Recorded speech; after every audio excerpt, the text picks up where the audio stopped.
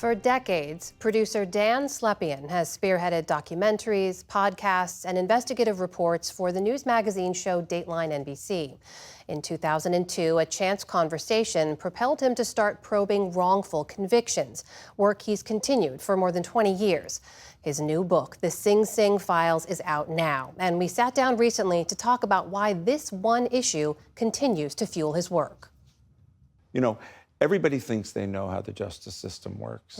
I grew up believing that the justice system worked just the way it should as a kid in Westchester County, middle-class kid. And I had a unique perspective as a Dateline producer. And with that perspective, I was able to see a justice system that I never knew existed, a very dark and ugly underbelly that is really how the system often works. Well, let me ask you about your entry into that world, because there's this one case in particular, sort of infamous New York case called the Palladium murder back in 1990. There was a nightclub bouncer who was shot and killed on Thanksgiving Day. Two men are convicted and sentenced to 25 years to life for that murder. You called that whole case your window into this world, into the dark side of the justice system. Why? It was my baptism. I was out to dinner one night with a detective who I was shadowing a couple of weeks into our project, and I said, "You must bring this job home with you, everything you see." And he says, "I really don't, except this one case has been bothering me." I'm like, "What's that about?"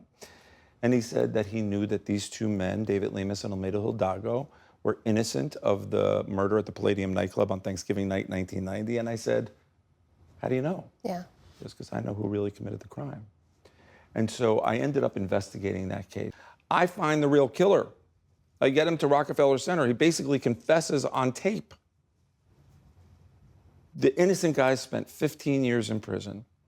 And eventually, after we aired a show back then, the judge overturned the conviction in 2005. And to this day, not only has the Manhattan District Attorney's Office never admitted they were wrong, they retried the innocent guy.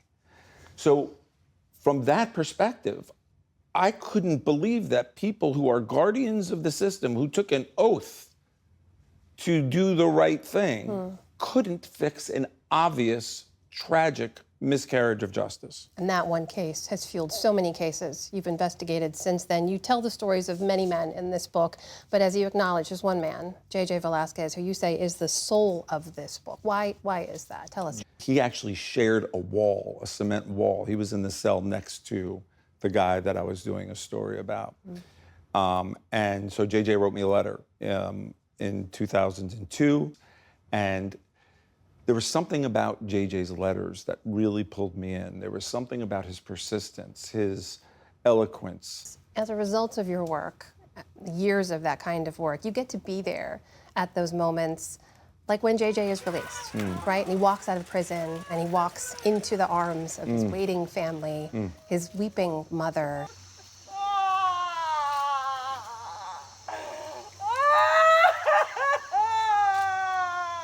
After the years that you've spent knowing this person is innocent, helping to fight for them to get out, what's that moment like? I obviously was thrilled for JJ.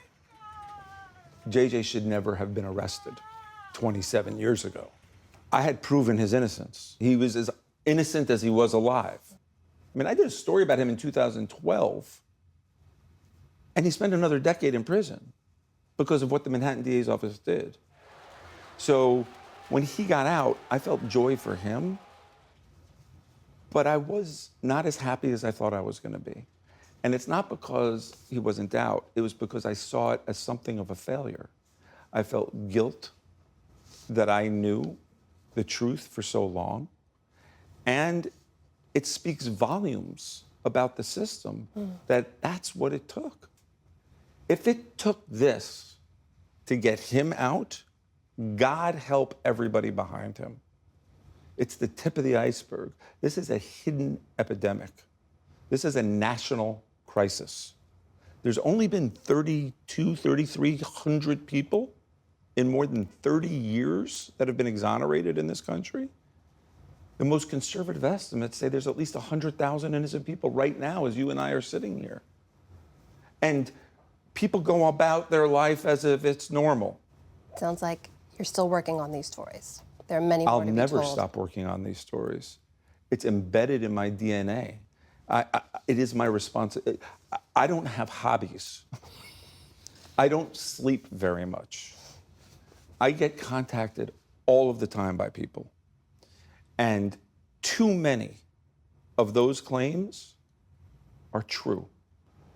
The stories you document are so powerful, and I know your work on this continues. The book is The Sing Sing Files: One Journalist, Six Innocent Men, and a 20-Year Fight for Justice. The author is Dan Slepian. Dan, thank you for being here. I so appreciate you having me, Amna. Thank you.